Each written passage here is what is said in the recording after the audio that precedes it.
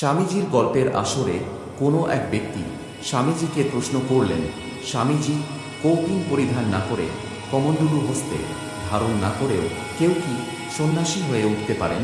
স্বামীজি সুন্দরভাবে উত্তর দিলেন একটি সুন্দর গল্প বলে। কি সেই গল্প?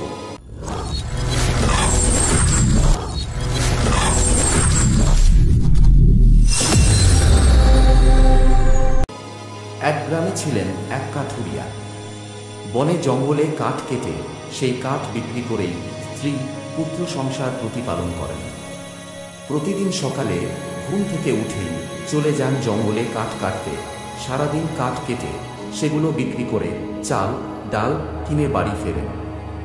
সেই গ্রামে একজন হঠাৎ করে ঘোষণা করে বসলেন, আগামী 3 বছর পর গুরু পূর্ণিমার দিন থেকেই তিনি সন্ন্যাস গ্রহণ করবেন।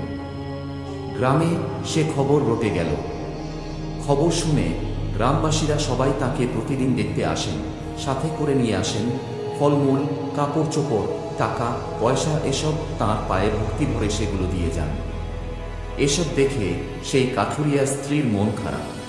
তিনি ভাবেন, আমার স্বামী একটু ভাতের জন্য সারাটা দিন অত পরিশ্রম করেন, আর সন্ন্যাসী হবেন বলে ঘোষণা করে একজন বাড়িতে বসে থেকেই খাওয়া দাওয়া, কাপড় চোপড়, টাকা পয়সা পেয়ে যাচ্ছেন। কোনো পরিশ্রমই করতে হয় না।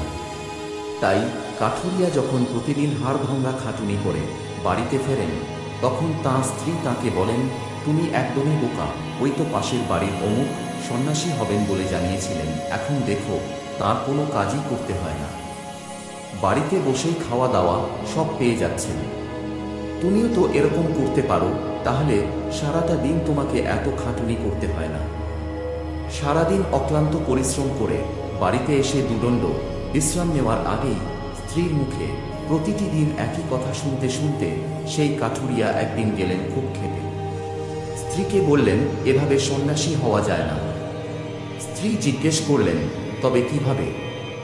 কাঠুরিয়া বললেন, জানতে চাও তুমি কিভাবে? স্ত্রী বললেন, হ্যাঁ। কাঠুরিয়া তখন বললেন, দেখো তাহলে এভাবে। বলে তখনই ঘর থেকে বেরিয়ে গেলেন। আর কোনোদিন তিনি সংসারে ফিরে আসেননি। সন্ন্যাসী হয়ে সারা জীবন কাটিয়ে দেন। এ ধরনের সিদ্ধান্ত যখন উঠে আসে, তখন বলা হয় সংসারের প্রতি তীব্র বৈরাগ্য থেকেই এরকম হয়। সংসারের প্রতি অনুরাগ যখন থাকে না, মনে বৈরাগ্য সৃষ্টি হয়, তখন হয়তো সন্ন্যাসের পথই জীবনে কাম্য হয়ে ওঠে। সুতরাং সন্ন্যাস কিভাবে গ্রহণ করা যায় সেটা বলার কোনো উপায় নেই। কেউ আনুষ্ঠানিকভাবে সন্ন্যাস ব্রত অবলম্বন করতে পারেন, কিন্তু মন যদি প্রস্তুত না হয়, তাহলে সন্ন্যাস গ্রহণ করার পরেও হয়তো তিনি ফিরে আসেন সংসারে। আর মন যখন প্রস্তুত হয়, তখন সন্ন্যাস গ্রহণ করার পদ্ধতি সম্পর্কে হয়তো জানার বা আনুষ্ঠানিকভাবে সন্ন্যাস ব্রত নেওয়ার প্রয়োজন হবে না। স্বামীজি ওই ব্যক্তিকে আরও বললেন, সন্ন্যাসী হলে কি করতে হয়? তার ও সুনির্দিষ্ট কোনো উত্তর নেই। সন্ন্যাসী যিনি হন, তিনি নিজেকে সংসার, জাগতিক কামনা বাসনা থেকে সরিয়ে নেন, বা বলা যায় তাঁর মানসিক স্থিতি তাকে সংসারে থাকতে, জাগতিক কামনা বাসনায় আসক্ত থাকতে আর উৎসাহ যোগায় না।